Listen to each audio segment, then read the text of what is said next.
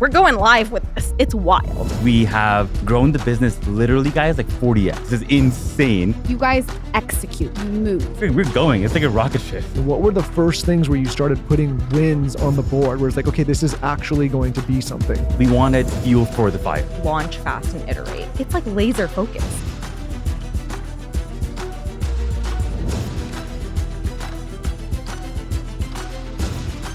I'm putting these drops in my water. I do a full tincture. Michael, you got to try this on air live. It's so good. Okay. They're so good. Our team is obsessed with it. Every morning for me. It's so good. Every morning I do it with lemon water. Sometimes I add a little hydrogen tablet and some colostrum, but you don't have to. Well, I want to start this episode out because obviously we've had interactions multiple times over the last years. But the last time you were on the show, I was looking it up right when we sat down, was June 28th of 2021. You guys have to go and listen to that episode. For many reasons, you'll hear why in this episode, but not that you need this praise from me, but I think I'm more proud of two people that we've had on the show. You guys have just fucking crushed the game. You know that. I don't have to tell you. But like, I think what's crazy and what I like about doing this podcast is we get to meet different people at different times in their lives. And then, we've been doing it long enough now where you see them later. But I'm not kidding. In a 2-year period, you guys have done so much. And I think it's so inspirational, not only for us, but for people listening to see how much you can get done with just a spark of an idea in such a short period of time with a little bit of, not a little bit, but a lot of hard work and dedication. So congrats. Thank you. I feel like we've lived 100 lifetimes. Like we were talking about it when we got here yesterday. We're like, oh my God, we were here in May and because for Dear Media, right? And we were like, oh my God, like it's only been 4 months and it feels like a billion things have happened. Like in that time, this has materialized. Like we're going live with this. Like it's wild. It's crazy because when we last talked to you guys, we were literally in the midst of moving to the US. We didn't have visas. We were still in Canada. It was me and Siff and 2 other people on the team who are not even full time. So it's basically just me and Siff running the business. It's crazy. Now we have 14 people on the team.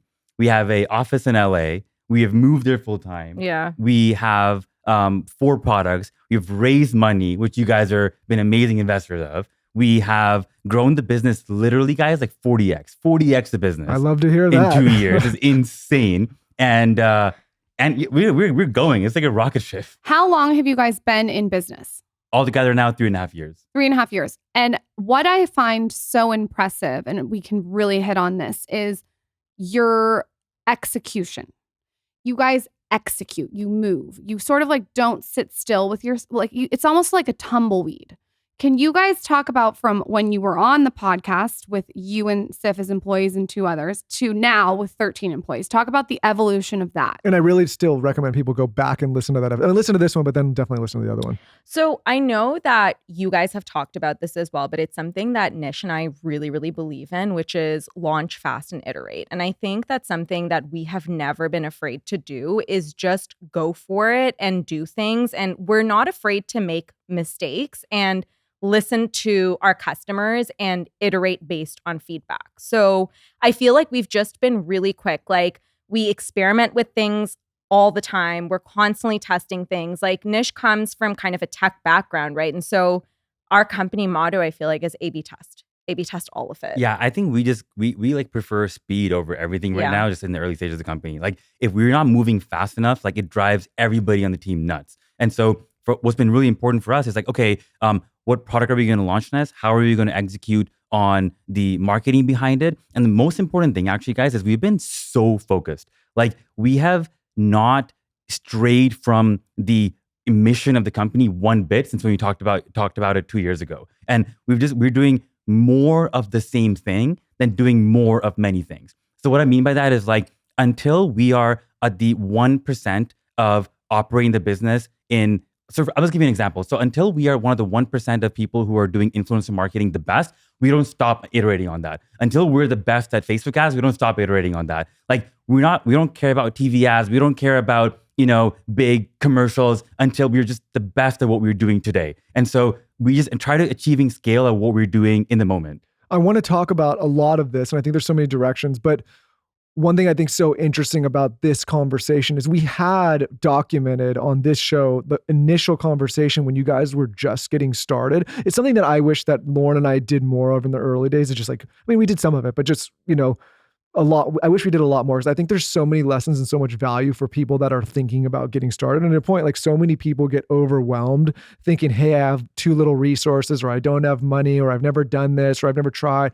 And I think you guys are both examples of literally, we had that conversation and then you guys have been executing so hard ever since. And I think back then it was before you had raised, was it before you had raised money? Yeah, when we came in, it was like literally we were talking to you about how gnarly it was to raise money.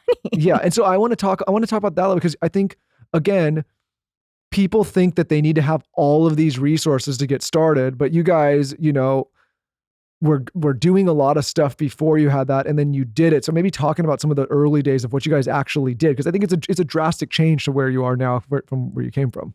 For sure. When we started the company, guys, we did not think of raising money. Raising money was the last thing on our mind. For us, it was Siff and I put our wedding money into the business. That's how we started the company, and it was not a lot of money. We bought inventory. And we went really hard on things that mattered. For us, what mattered the most was really good products. We put everything into product development. We put into brand because we knew we wanted to build a brand that would last. So we put a lot of money into thinking behind the brand, the story behind the brand. And then lastly, just one way of marketing it. And honestly, like there was like two people that put us on the map. Lauren, you're one of them, and Melissa Wood. That's it. That's all it took. It was you guys. I'm like eternally grateful to Lauren and Melissa for like everything that they've done with them. And I always tell people like we wouldn't be where we are, especially in the early days. I'm not joking. So I feel like we were so hyper focused because the thing is, like, we didn't have the money to pour into all of these things. We didn't have the money for a big splashy launch, but what we did was, number one, like focus on getting the product into the hands of people who we thought would A, love the product, and B, like move the needle for us. And number two is also creating community around it. So like even just with our customers, our whole thing has been like, how do we treat our consumers like influencers as well? So like creating virality through like, for example, like for our first like year, we would send out Polaroids to every single customer. And like it was Nish and I manually taking Polaroids, like what would the Polaroids be? Just Nish with his shirt off? That. Or what? Yeah, that's why people bought exactly, it. There we go. That's why all the girls are loving him. All right. There's this proverb. Is that how you say it?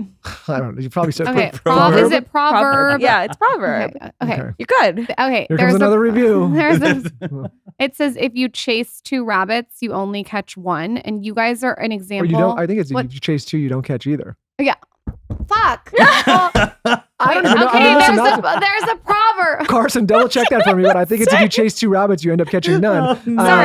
Sorry, he's right. That's what I meant to give you a compliment. If you chase two rabbits, you catch none, is what I was trying to say.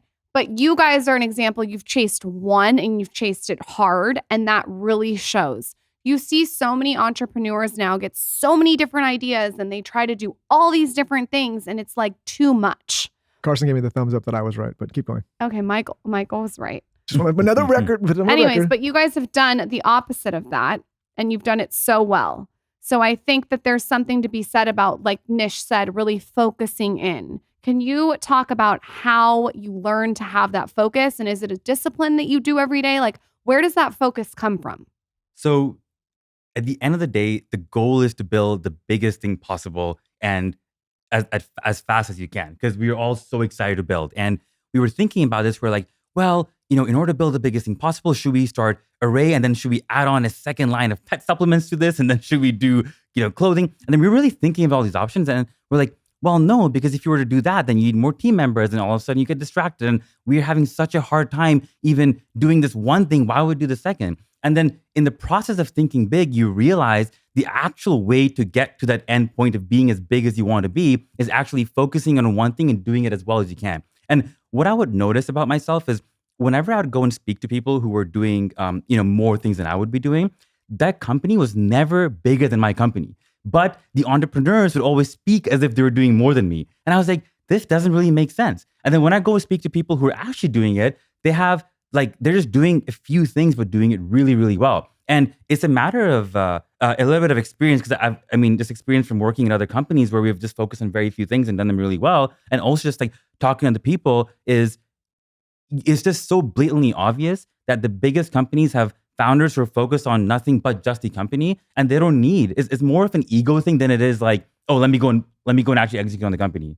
Also, I think that one of the I guess like curses, quote unquote, of being an entrepreneur is you have a lot of ideas, okay? And like you think that a lot of things are good ideas, and it's not that things are not good ideas. It's just that time is a finite resource, and if you can't focus on one thing and like doing it really, really fucking well, I feel like you lose the plot, you know? And it's so tempting to be like, oh my God, like there's that idea. No one's really done it. And it would be so great if, but no, just like keep on doing the thing that you're doing. No, you're 100%. Somebody, I'm not going to say what and how much, but somebody came to me with an opportunity the other day. And I said, unless it is going to be X amount of revenue or money per year, I'm absolutely not interested. And we're not talking like, it wasn't like, oh, this is a little bit. It was like a good amount. But I'm like, unless it's this level, I can't. And the reason I said it is it's all opportunity cost. Yeah. If I start focusing on this, even if it's a meaningful, like quote unquote number, but it takes away from the main thing that I'm building, it actually costs me more to do that, right? And people, this is where people get fucked up and they get distracted. It's like, oh, okay, I've got this thing. And now I'm like, I hear all these people talking about building multiple revenue streams. I don't think they think about this the right way. It's like you can build one really, really strong revenue stream that could be massive. And then maybe you can get some passive activities. But if you're trying to build 2 or 3 active revenue streams, you're just going to diminish the first one. Yeah, I couldn't agree more. Like, I think that in order to do something really well, you need a lot of intense focus and just intentionality behind what you're doing. Like, even when we were talking to Lauren just before we stepped into this interview, and we're like, this is the first collaboration we've done, right? Like, it's the first co-brand that we've done. And the amount of work that went into this and just the amount of focus that's required to crush something like this, like, it's like laser focus. I would love for you guys to just tell me, when you say the word focus and you say you're focusing on something, what is that focus? Like, is it supplements? Is it bloat? Is it community? What are the things that you focus on? So for us, when we launched Arrae, the idea was we're going to solve an array of problems for people, okay? So this could have gone a lot of ways. However, I never knew that. That's interesting. Pardon? Yeah, exactly. But I like that. What happened over time was that we started to notice our consumer feedback, and they really trusted us for like gut health things, okay? And gut health kind of lies at the center of everything else.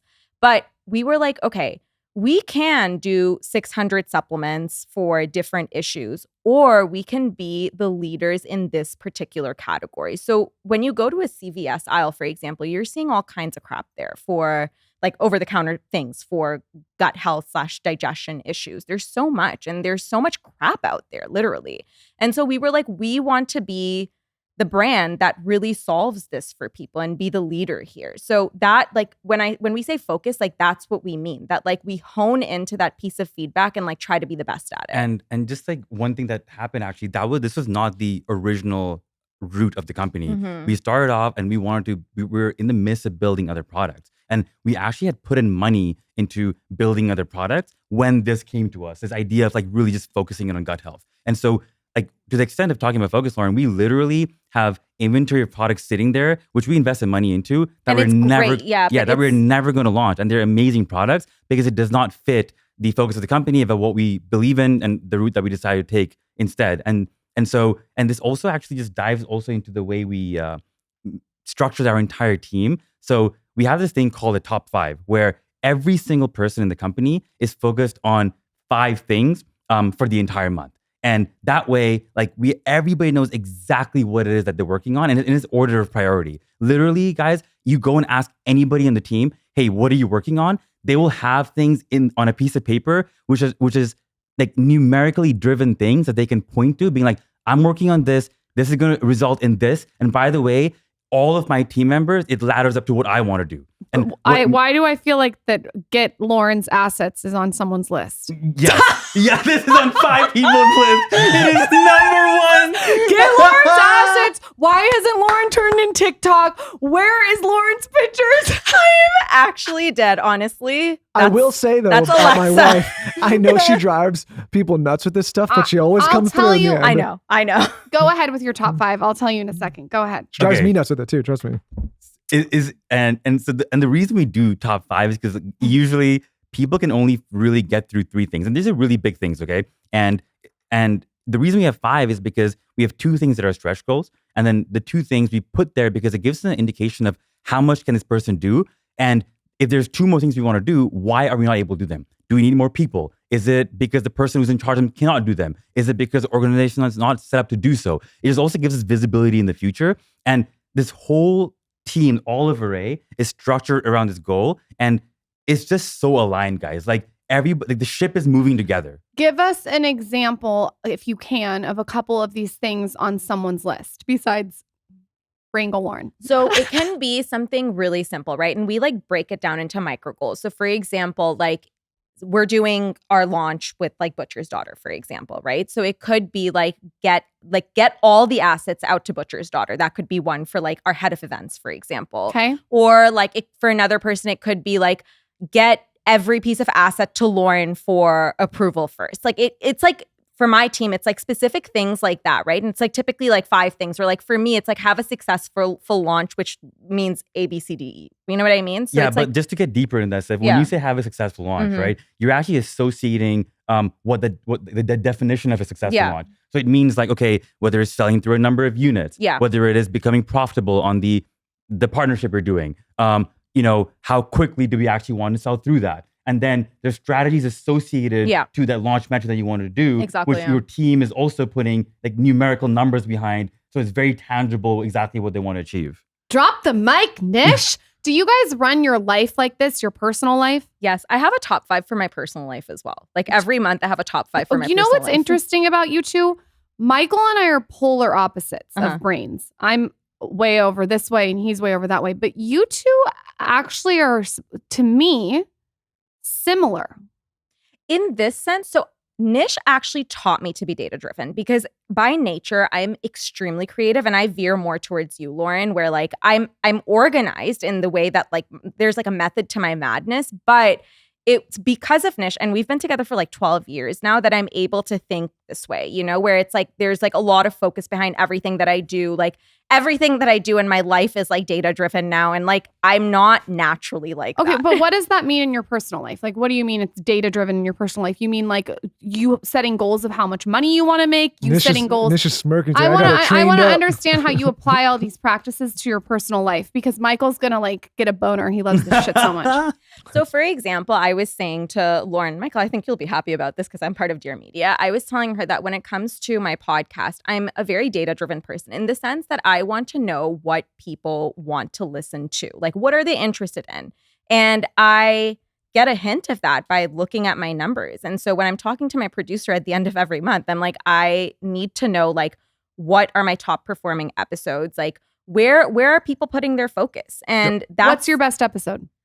Ooh, honestly, guys, it's been my solos, which is really shocking to me. No, that's not It's shocking. not shocking. Do you know I mean, not I shocking. keep saying this to everybody. If you put the Dear Media hat on, like the audience I've seen, I mean, not just with this show, but I've seen across a lot of the shows. Now I see a lot of the data. Like they come for the host, and people forget that sometimes. They think it's just like a guest. Yeah. It's like the guest is only going to do so much. The people have to love the host.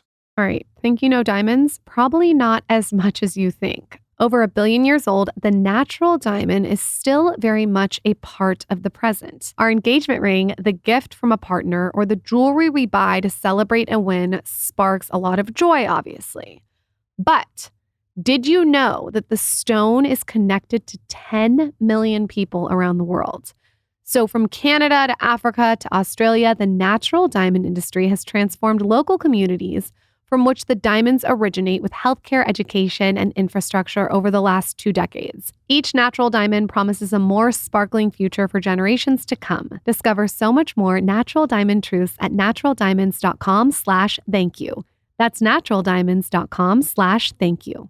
The diamond industry has undergone significant positive transformations over the past 20 plus years. To learn more about the stringent ethical standards, visit naturaldiamonds.com/thankyou. Visit naturaldiamonds.com/thankyou.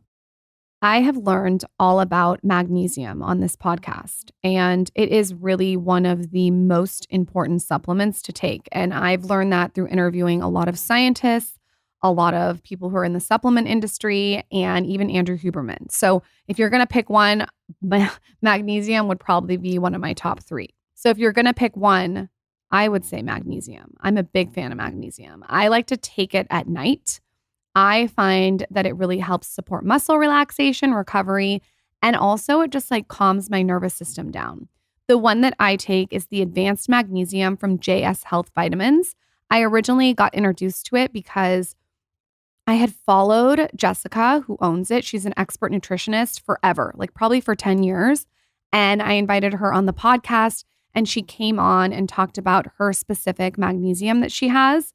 It's actually from Australia, and they're known for super high supplement standards. And the magnesium that she has 3 magnesiums in it. And it's like a very advanced formula, hence why it's called Advanced Magnesium. What I've done is I've habit stacked it into my nighttime routine. So I just know at night when I do my body sculpting and my pink ball sculpting, when I'm winding down, when my red light's on, when the 528 hertz goes on, that I pull out my magnesium. And I have to tell you, the main thing though that I've noticed is just like a better sleep. They're also famous for their collagen, which is great for skin elasticity, and their hormone and PMS supplement. So if you're in the market for a magnesium, you should definitely check this one out. Of course, we have a code for you. Go to jshealthvitamins.com/skinny. Jessica gave you code SKINNY for 20% off your order or first subscription order. They have all kinds of supplements on her site. It's jshealthvitamins.com/skinny.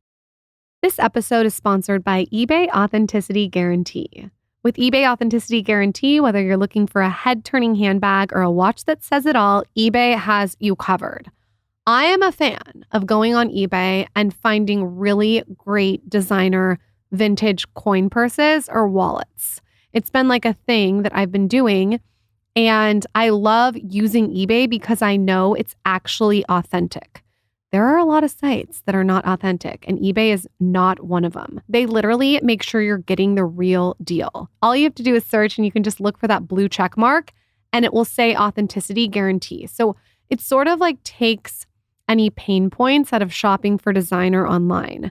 They also have watches, they have jewelry, they have shoes. They have all the good stuff and the best designer stuff.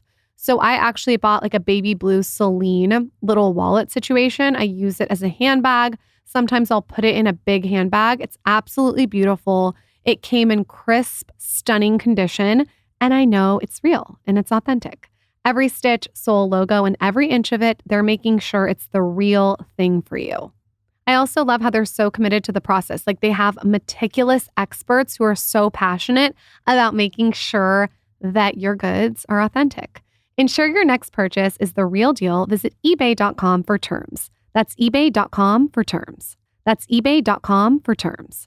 But that was the data-driven piece, because I was like, I don't want to do solos. And like my producer was like, that's always in your top 10 episodes. Like, please do more solos. And so I was like, okay, I guess I'll try it. I don't know why people care, but they do. And, you know, so that was like a data-driven piece. Or like another one with health, for example, is I noticed my HRV levels were very low, okay? It's because I have thalassemia, which is like a genetic disease, disorder, whatever you want to call it. And I really wanted to work on that. And I wanted to work on my resting heart rate, also to do with my thalassemia. So I was like, whatever wellness practices I do is catered towards like working on these 2 numbers and these 2 numbers only. And that was like my life's focus on wellness was like to do with that. So that's what I mean by data driven. Like I look, like, of course, not everything is metric driven, but these are just like examples of certain things that are metric driven, even in my life. When it comes to planning a future, are you guys like, I don't know, I rehearse my future in my head every single morning. I like will rehearse not only how it looks, but how it feels. Joe Dispenza, shout out. Like I will literally feel grateful for things that have not happened to me as I'm rehearsing my future. I swear to fucking God, it works. I do it every single morning. Michael knows not to bother me. You did bother me the other day and I almost beat your ass.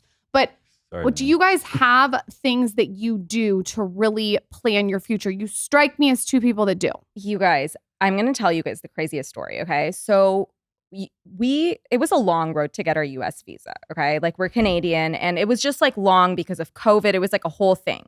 And every day in my journal, every fucking day, I wrote about the very specific home I was living in West Hollywood. This home did not exist, okay? It was a figment of my imagination.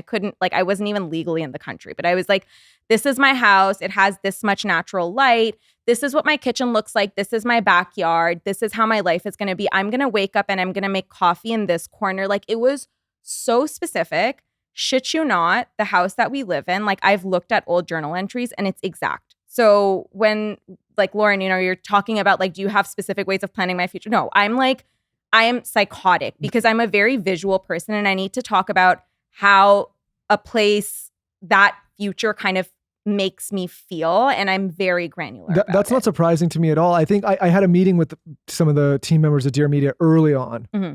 And I remember telling them, like, listen, like I'm living in 2024 already. That's where my mind is. I'm like, my mind is not in 2021. It doesn't exist here. Like I'm actually already living there. And I think the reason people get in so much trouble when it's building a business or a relationship or a life is they have no idea where they're going or where they want to go. It's just, they're just running around like a ship in the wind without a rudder. They just have, there's no vision and no belief of where they're actually going to go. They just, I'm going to go through life and one day I'll figure this. Like, no, you have to have a vision. You have to have a goal.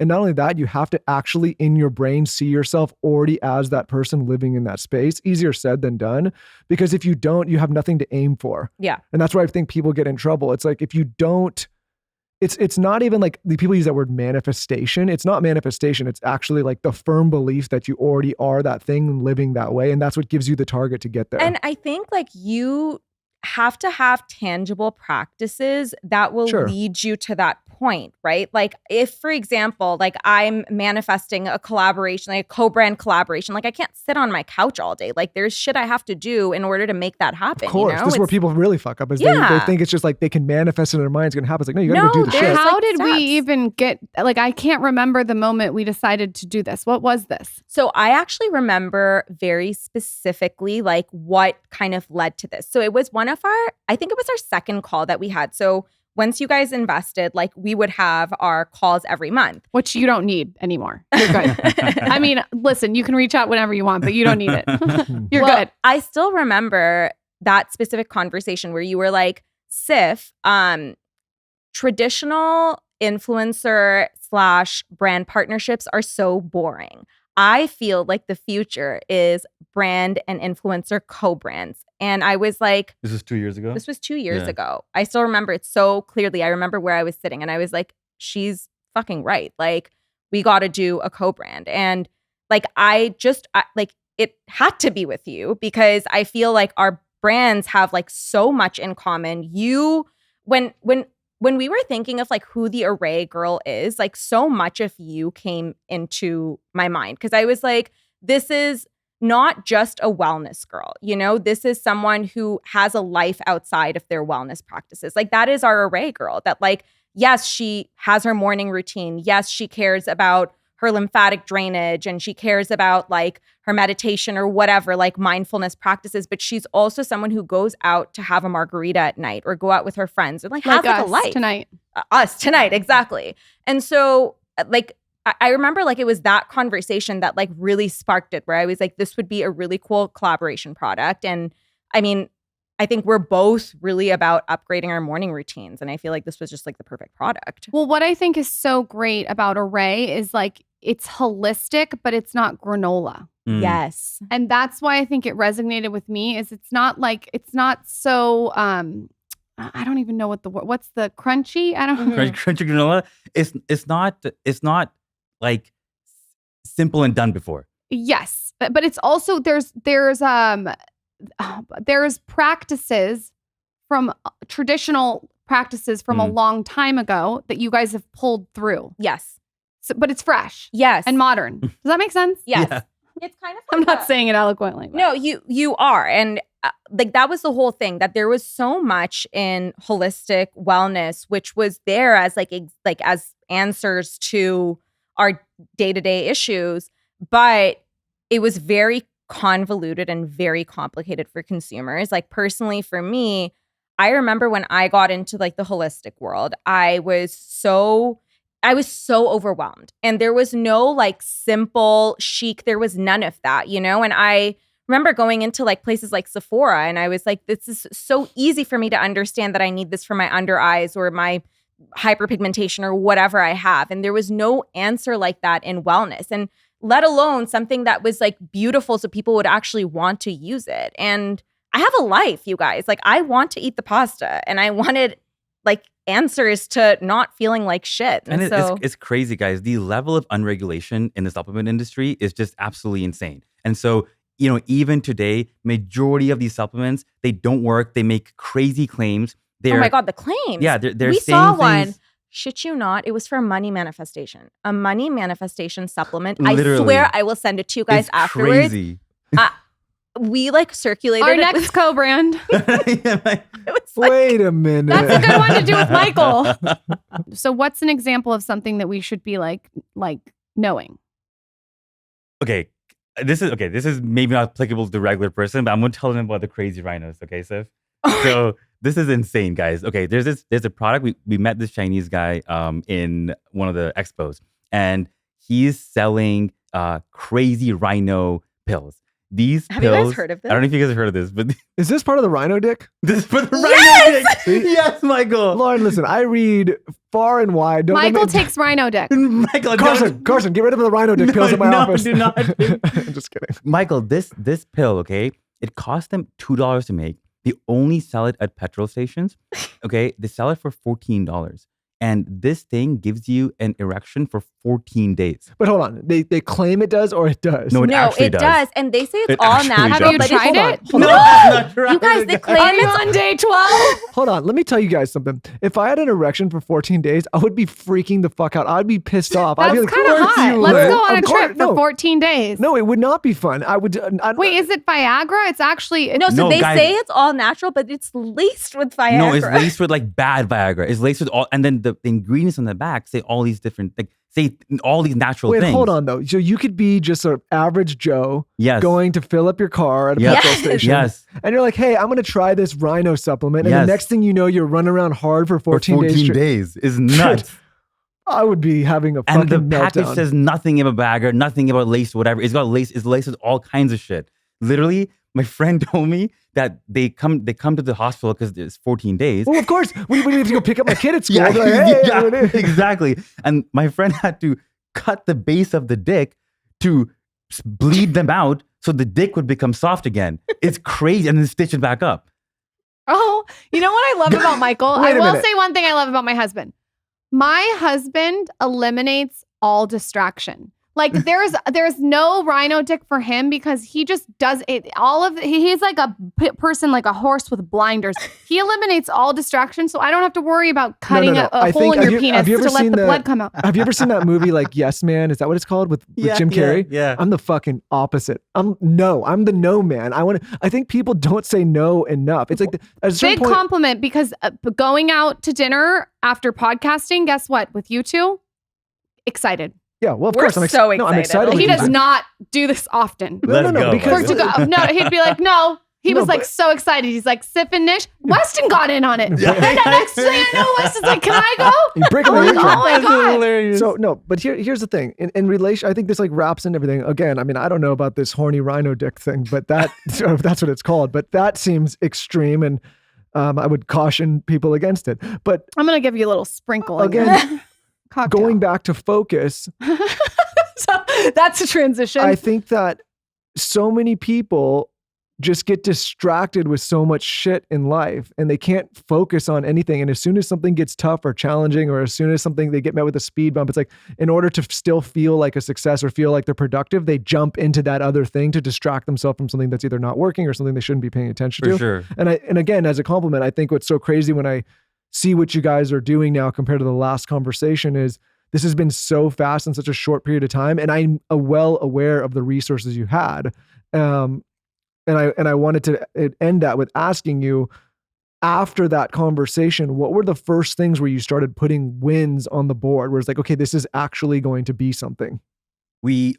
So I think going back to what you said, I think people really underestimate what they can do in 5 years and overestimate what they can do in 3 months, right? Or 5 months. Yep. And for us, when we got the money, immediately we knew we had a plan for exactly what we wanted to do. We went in. When you first got it, when people invested. When people invested. Okay. Like we went to raise money with knowing exactly what we wanted to do. Like the company was already doing well. We wanted like fuel for the fire, right? So immediately we we want to hire very specific team members because Siff and I can't hire interns anymore. So you want to level up the team because your company is as good as your team. So level up the team. That's number one. Number two, we invested heavily in things that really matter to the brand. So we wanted to, up our creative. We really wanted to up the people that we were dealing with in terms of partnership. We want to work with better people. We wanted to be able to work, guys, even with like celebrities. And this is a story behind how even Hailey Bieber ended up investing in the company because of these efforts. So we just leveled up the people, leveled up the investment in the things we're doing already, just to like really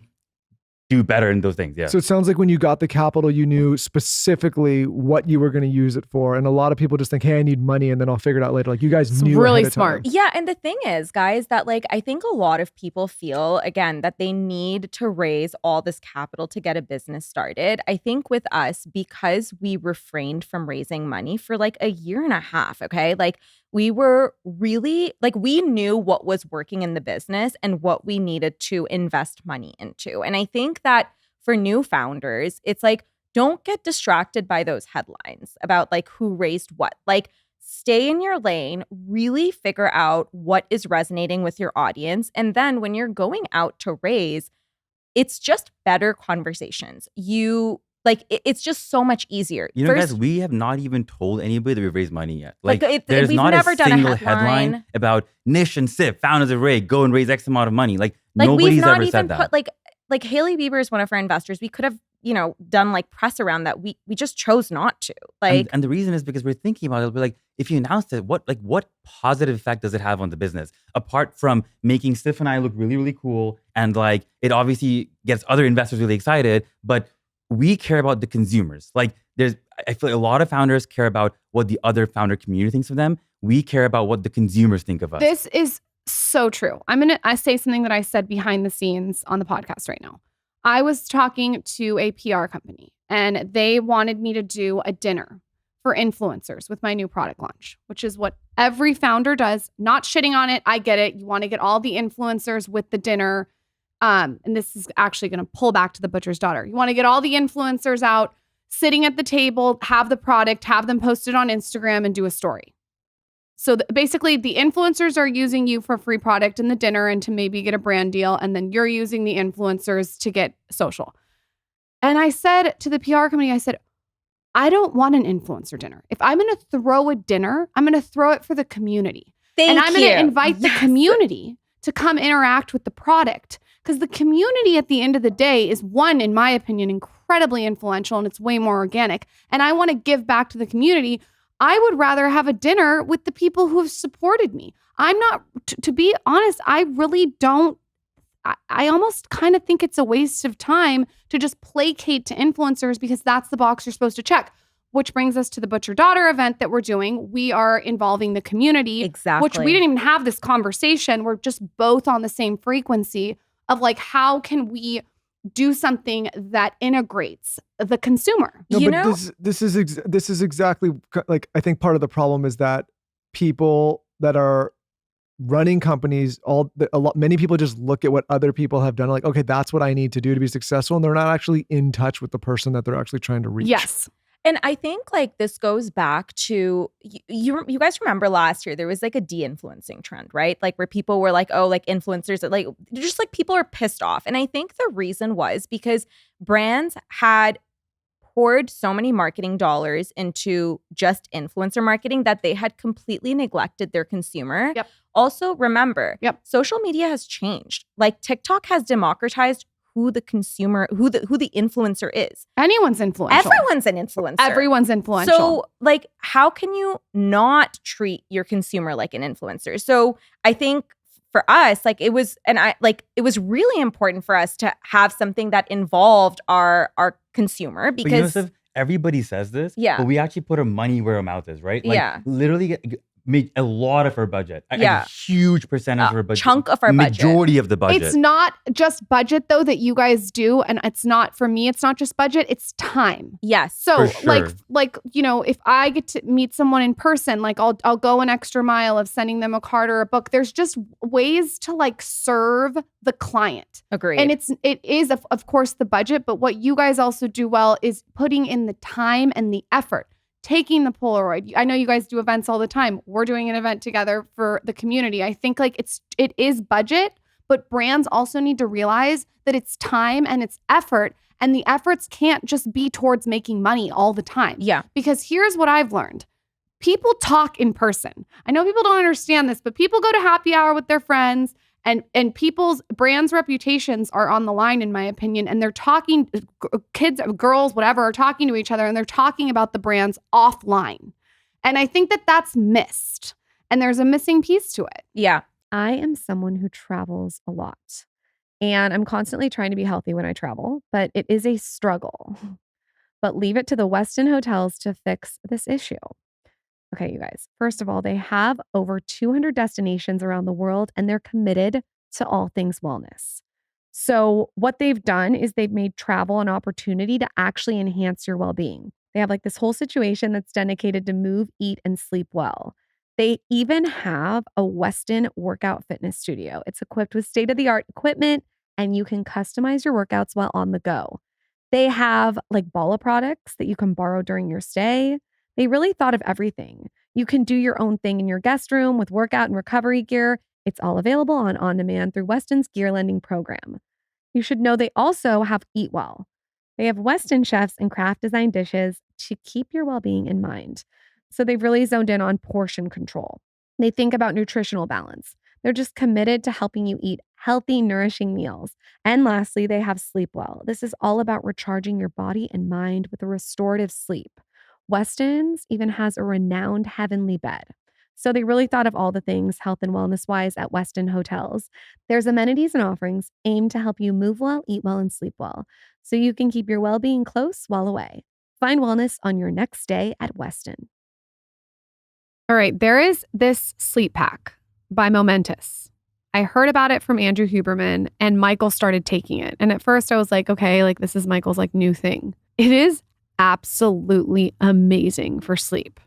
It's like this little packet, and it has 3 natural ingredients, okay? It comes with magnesium, and there's 3 different kinds. I feel like I'm going to flub the words, but it's L-threonate, L-pentagon, and L-theanine.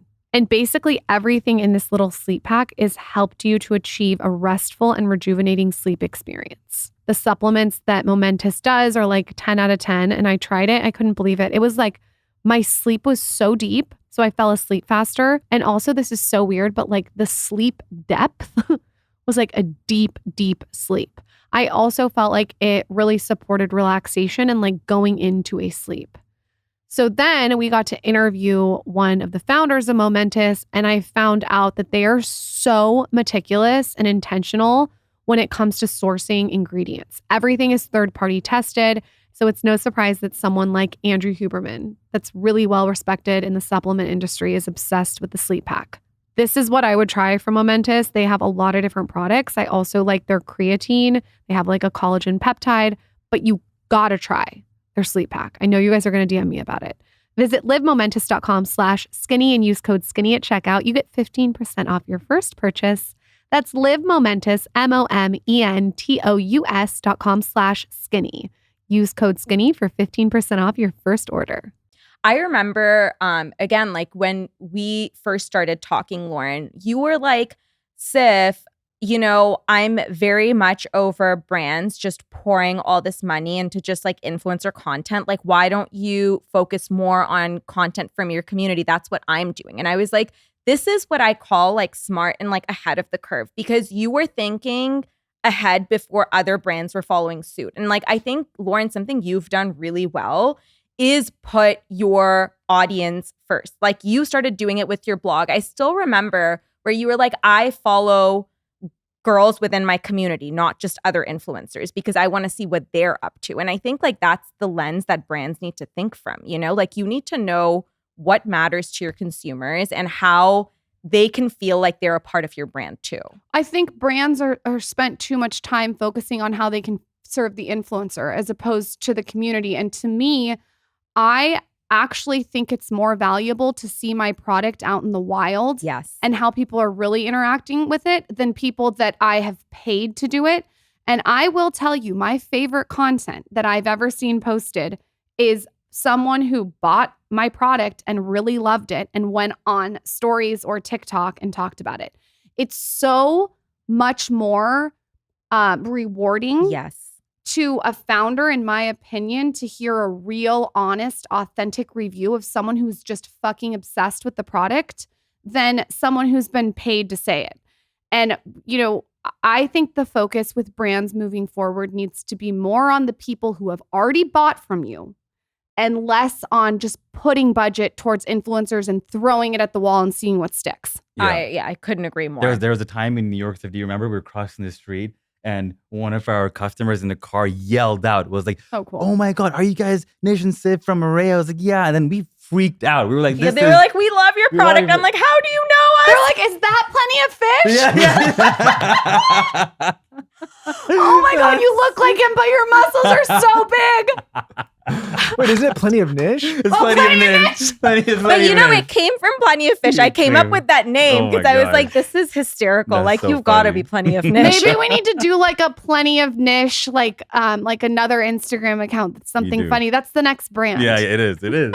I have a unrelated question, which I feel like we could go down the rabbit hole on business topics. But for you two personally, okay, so when we met, you guys were doing this, married, but like I know it's not easy to run a company as a married couple all the time. How do you guys navigate that dynamic now? And how do you know when to disconnect? I don't know if there is a way to disconnect. Yeah, like, are you having sex talking about data? Dude, it's, you know what's so funny, Lauren? Is on my personal top 5, I'm like, I need to give Siff 100 orgasms this year. Wow, 100. Yeah, 100. 100. Michael gave me 100 last night. Listen. Yo. Whoa, Rhino You're dick. definitely on the Rhino. Yeah, I'm on the Rhino dick. No. It's actually Michael's company. Rhino dick. No, but listen. See, this is important because I think, again, like Lauren and I have to do, I will say, actually figuring out the working piece is, if you could figure that piece out, the other stuff in the relationship actually becomes, I think the working piece is the hardest thing to figure out. Yeah, I think like personally, I have like certain boundaries, and I think like one person needs to be more vocal than the other. So, and that's me. Like, what are your boundaries? So at night, so we have different schedules. Okay, I'm a morning person, like psycho, and he's a night person, also psycho. And sometimes I'm neither, but go on. You guys, he comes into the room, like this was early days. Obviously, like we've cut that shit because like it was giving me such anxiety. He'd come into the bedroom at like 10 when I'm trying to sleep. And he's like, okay, well, Siff, this is the operational issue we're dealing. I'm like out immediately. No. You know what's even worse than that? And I'm sure he's done this one, is when you're in the room, you're so relaxed, you're with your Kindle, you're just like winding down, you have your iPads on, whatever you're doing. And they come in, but they don't say anything, but there's a heavy lumbering energy. So it's like this. So it's like this. Everything's quiet. I have my 528 hertz on, chimes are being, and it's this. Shit. Yes. You guys. Gotta do this thing tomorrow. And sometimes it's just pacing. Yeah. Pacing. I'm like, get the fuck out. Yes. That's worse to me than talking. Yes. The heavy door slam. The shit makes me, when he says shit, I'm like, I'm out. I don't care if the house is burning down. And it's like a trigger. I'm like, get the fuck away.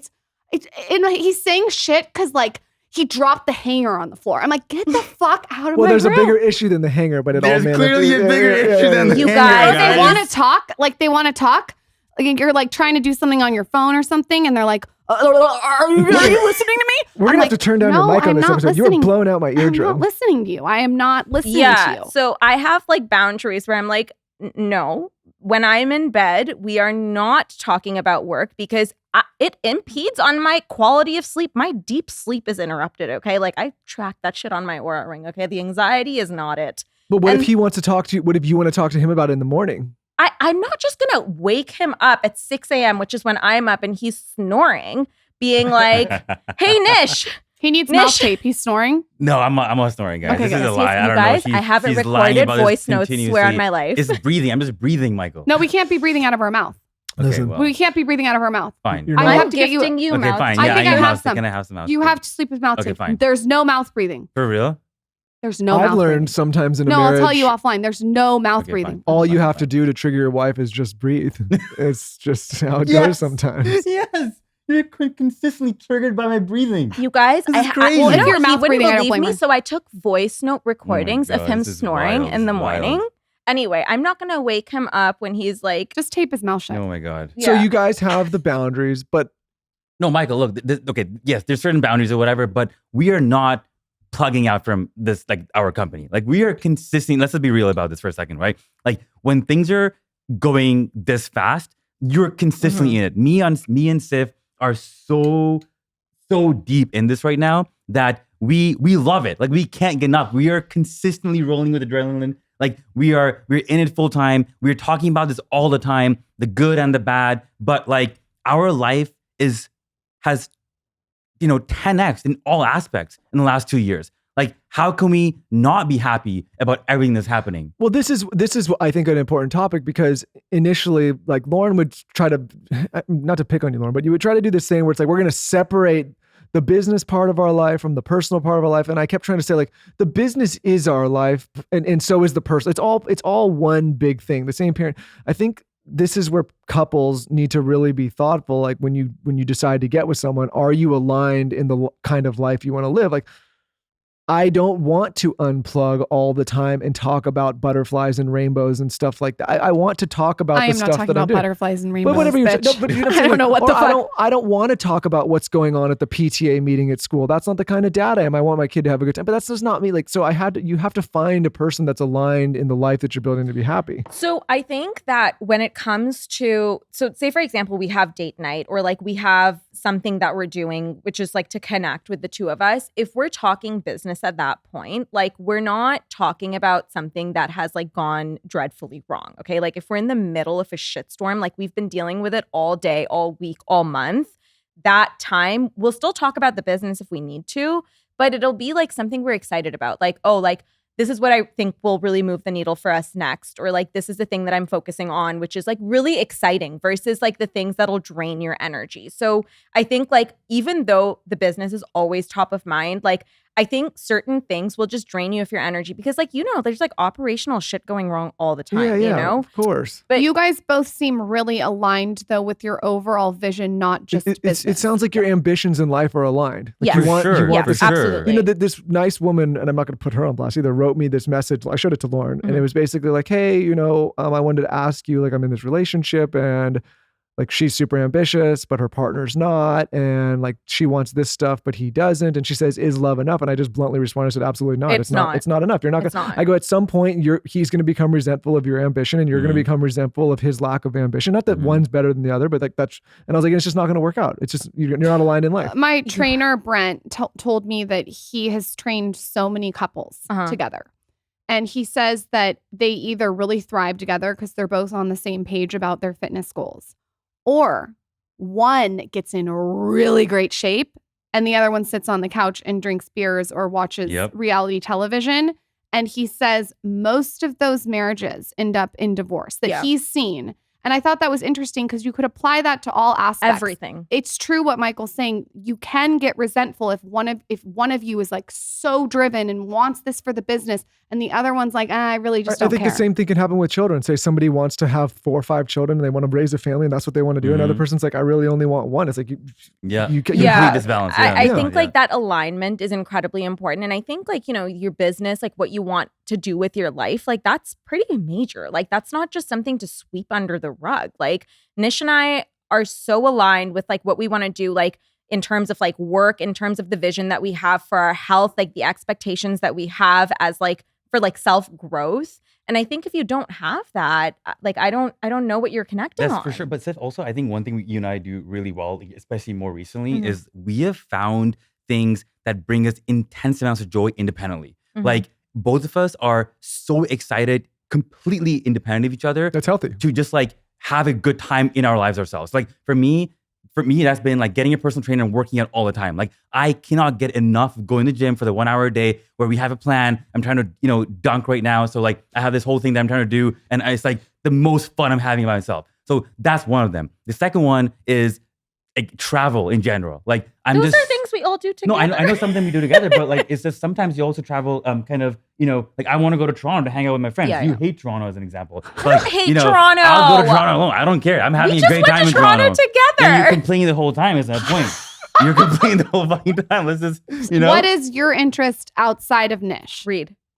I love That's so to read. boring. No, But yeah, it's whatever. not. I love reading. What are you reading right now? Okay, honestly, guys, this is gonna sound crazy, but I'm rereading Harry Potter all over again. That's not crazy. We love So I this was like my favorite childhood book, obviously, and it has been like 5-6 years since I last read it. Then I was at a dinner party, and this girl, Sophie Alkis, I don't know if you know her. She's been on the show. Yeah. Okay. Congratulations to her. She just got married. I know. Yeah. Her wedding was beautiful. But she was like, we both love books and we were just connecting on it. And I gave her a book recommendation. She's like, Siff, do you know what I just read? I just reread Harry Potter. I went home that very night. The way I downloaded all those 5 books. So anyway, I'm rereading all of that. You know what it is? People think it's weird to reread books, but they rewatch movies all the time. Exactly. And then also from the nonfiction side, I'm finishing up Made to Stick. So love that as well. It was a great book. And I know you guys are a big fan of Robert Greene. I'm obsessed with Robert Greene, obsessed with art history. So like those are my things that I like. What is Made to Stick? So it's a book on messaging and certain like how to make sure that whatever message you have around your brand, or like if you're a founder or even like an employee, that like you're speaking to people in a way that like they understand you. Because the thing is that I think the like one of the central cruxes of this book is like the curse of knowledge, where if you know a lot, it's hard to distill it down and like dumb it down for someone who doesn't know and have that context. And I think like people lose other people when they're messaging something when they have all this knowledge and they assume that the other person does as well. So this really like teaches you how to speak to people in a way that they'll like understand it no matter what circumstance and context they're in. I'm obsessed with this situation that you just said. I call it long in the tooth. Michael, it's what I call it. I know it's the wrong saying, but I call it long in the tooth. Long in the tooth means old. I know, but when someone, I'm coining this new thing. No, you're thinking of long-winded. No, I like call it long in the tooth. I think that when someone is long in the tooth, you're saying every saying you guys wrong. are going to steal this saying. Trust me, you're going to be saying long in the tooth means old. I know, but I'm making up my own context. Tell me you're new. Okay, what? Long in the tooth. I've never heard of this. So this to me, this is Lauren. Long in the tooth, Lauren TM. Yes, keep going. Long in the tooth is when you get on a Zoom call with someone and they take 45 minutes to explain to you something that could be wrapped in a bow in a minute. Yes. That's long in the tooth. Long in the tooth when you're an investor. Hold on, long in the tooth comes from horses' teeth growing so long, which indicates age, Lauren. I'm saying that it indicates too long-winded. So no, that is. I like it. It's catchy. It's catchy. I will take this. Long-winded is I'm going to long-winded. make merch that says long in the tooth. No, but another long in the tooth situation. Oh my God. This is wild. We're just changing English. If we're going to use it in this context, this is a little bit long in the tooth. First of all, I'm trying to get my message to stick. Okay, long in the tooth when you are pitched something about a brand. Have you ever you've been pitched to invest? Mm-hmm. When someone takes 25 minutes to explain their brand to me, it's dead. I'm like, if you can't explain to me your brand in a minute, go back to the drawing board. That is long in the tooth. No, that is long-winded. Anyways. Yeah. I agree. That's call Nish tomorrow and be like, that Zoom was long in the tooth. Yeah, that is the definition of long in the fucking tooth. Okay. Oh my God. Let me tell you, there's nothing worse. Okay. Like people, like I speak to like just younger entrepreneurs a lot, and they're like, oh, well, like, how do you distill your message? And like, how are you so clear about what Arrae is? I was like, we can talk about what Arrae is in 30 seconds. Like, we can tell you in 30 seconds. And like, that's something that we had to refine as well when we started going and doing pitches. I mean, it's not about just Arrae stuff. I think this is actually so funny. We were just talking about this, even with the team. Like, it is your job when you talk to the team. Like, this is a skill to have. And it's actually a really difficult skill to have, where everyone's talking about different ideas. And it is your job to direct the conversation in the piece that really, really matters. Mm-hmm. So everyone's talking about a problem. You're distilling the most important problem that requires time to solve. All the other problems can be solved outside, offline, individually. But when you're together, everyone's thinking of something, and it is your job to direct everybody's thoughts into the one problem that matters and be like, okay, guys, this is the actual thing that matters. Let's go and solve this. Everything else is simple things that you can solve on your own. But it's a really difficult skill to have. The majority of the You people gotta strain the pasta. No, the majority of people that I've let go in my career have been, they don't know how to get to the point. Right. They don't know how to deliver a message. Right. Those are the majority of people that I've fired in my careers. People that just don't know how to get to the point and waste time. Because here's the thing, nobody can understand. Everybody loses interest. Nobody wants to sit and hear it, right? It's just, people really, really need to understand in an email, in a conversation, in a meeting. Like if it can be, like if you're sitting there and saying, I need 15, 20 minutes to get my point across, then you haven't thought about the best delivery yet. Yeah. Getting to the point is a skill. It's a skill to be practiced and refined and edited. And to me, it's a sign of high intelligence, because if you're not getting to the point, there's two reasons to me. If you're not getting to the point, you're being self-indulgent. You want to hear yourself talk, to just talk. The other one is that you're not doing your job. So what you're doing is you're talking and talking and talking, but doing and saying nothing at the same time. So you're trying to overcompensate for a lack of a good job. Those are the two reasons that people overtalk. Or you just don't understand the concept well enough. And then a long-winded email, like you're taking someone's time. Nuts, yeah. I tune out. I'm like, crazy. how am I supposed to read this? This is like a novel. And it's so esoteric sometimes. Do you want to know what is orgasmic for me? If anyone wants to email me, just send me an email with a subject line.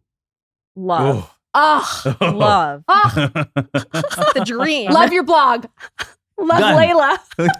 Perfect. Not long in the tooth. Animals communicate without this long-winded, not long They in the long tooth. in the tooth. Right? People just, they overdo it. Yeah, I don't know. I think it's a skill set that everybody could work on. Okay. You know what's not long in the tooth? The morning cleansing drops that we are launching together. Oh my La God. Depuff. I could not be. Yeah, that was Wait, was that a good one? Can we talk about this for a second? Tell people what this is. Okay. So the reason I'm going to made to stick this, the reason that I love Arrae is because I was taking a lot of the elements in Arrae separately. So I would buy the bromelain, I would buy the dandelion root, and I was like putting these things together. But with you guys, you get all the things for bloat in one. So one, I really love that.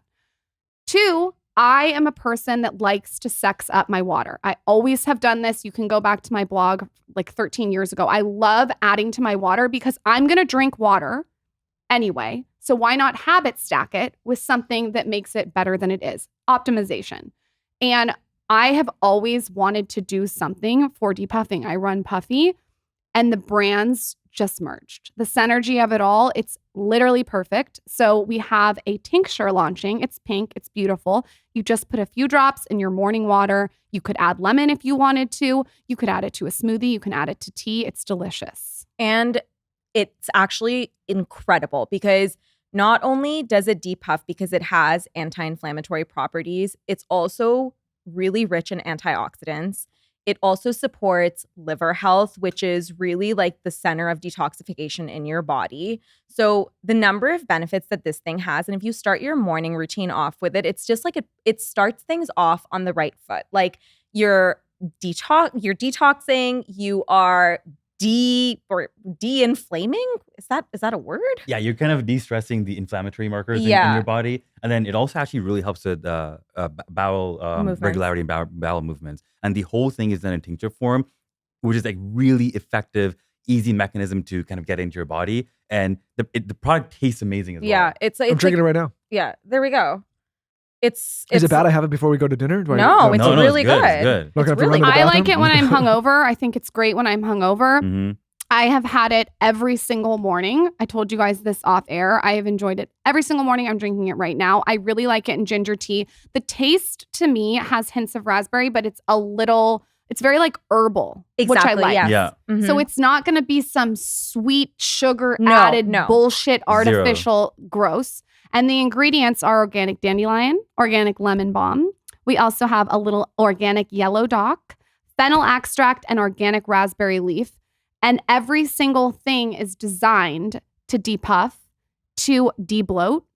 And I have to say, it's so pretty. Mm-hmm. This is not a bottle that you're shoving in your medicine cabinet. I'm obsessed It with is the so bottle. cute. It's like, it's gorgeous. I'm so proud of this product. Like, we are so excited about this. Like, I think it's gonna, like, people are gonna love this. When we were launching this, we also have a very limited edition kit that we're having. Oh my God, Lauren, this is crazy, okay? When you have the Le Depuff product, the bitters, the drops, and then also the ice roller, the face looks so snatched. It's wild. I know. So I obviously have depuffing tools. We now have this co-branded product together that makes so much sense. And then we decided to do a kit, the Menage a Trois. The Menage a Trois. Am I pronouncing it Yes, right? that was actually That's perfect good, that's good. pronunciation. That one she nailed. The Menage a Trois kit. And it is the ice roller. It is the bloat supplement that I've been obsessed with for the last 3 years. And then it's our new co-branded morning cleansing drops. And I feel like that's going to sell out in like a day. So This is exclusive, you guys. It's going to sell out. I'm buying like 20 for my house because I literally want to take it for the rest of my She life. does that. She buys something like Yeah, because puts it- yeah, That's, swear to God. I buy my own. Yeah. What do you mean? I buy my own Like, stuff. she like yeah, If you're she- a high on your business own owner- supply, Let's go, baby. let's Like, go. we If love you're a it. business owner and you're not buying your own product, then your product's not all over your house. What are you doing? Yeah, of it's course, true. That's of course. It's very Yeah, true. yeah. Okay. So yeah, I am buying 20 of this. The Menage a Trois kit is so cute. But I want to say this too. Since this is going to sell out very quickly, what I would recommend doing is getting a lot of the Menage a Trois kits or a lot of the morning cleansing drops and giving them as a gift. I agree. It is literally the most cute gift. You could wrap it in adorable paper. It's perfect to give. Like, I feel like the ages of like 21 to 45. Yeah. Oh, yeah. Love it. Yeah. I'm giving this to my mom. Like, Yeah. I mean, she's going to give it to her friends. Like, cute. It's very And cute. the thing is about the cleansing drops, they fit in a stocking. So you could also put them in a stocking. Mhm. And then the kit is like big and pink and cute and adorable. I'm so proud of this. Like, out of all the co-brands I have done, this is so exciting because there is so much history.